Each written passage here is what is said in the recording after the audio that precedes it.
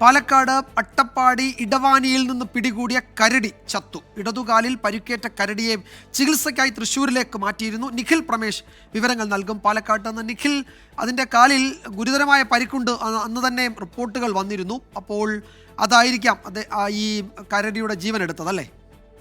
തീർച്ചയായിട്ടും വിജയകുമാർ, ആന ചവിട്ടിയത് മൂലമുണ്ടായ മുറിവ് എന്നുള്ളതാണ് വനംവകുപ്പ് ഇക്കാര്യത്തിൽ നൽകുന്ന വിശദീകരണം.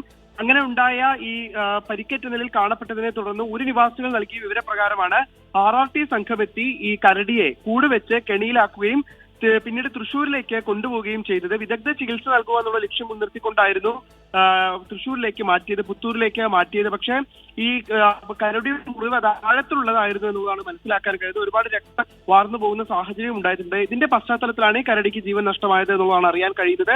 ഇന്ന് രാവിലെയാണ് കരടി ചത്തു എന്നുള്ള വിവരം ഔദ്യോഗികമായി ഈ വനവകുപ്പ് ഉദ്യോഗസ്ഥർ പുറത്തുവിട്ടത്. വിജയകുമാർ.